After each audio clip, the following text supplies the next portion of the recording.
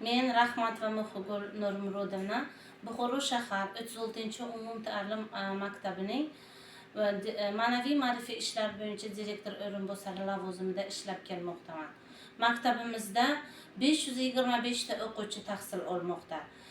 Prezidentimiz Shavkat Miromonovich aytganlaridek, yosh avlodni jismoniy, ma'naviy yetuk bo'lib ulg'ayishi kerak deganlaridek, maktabimizda 5 tashabbus strategiyasi bo'yicha to'garaklar mavjud. Bu to'garaklarimiz musiqa, sport, kitobxonlik to'garaklari, turon to'garaklari faoliyat yuritib kelmoqda.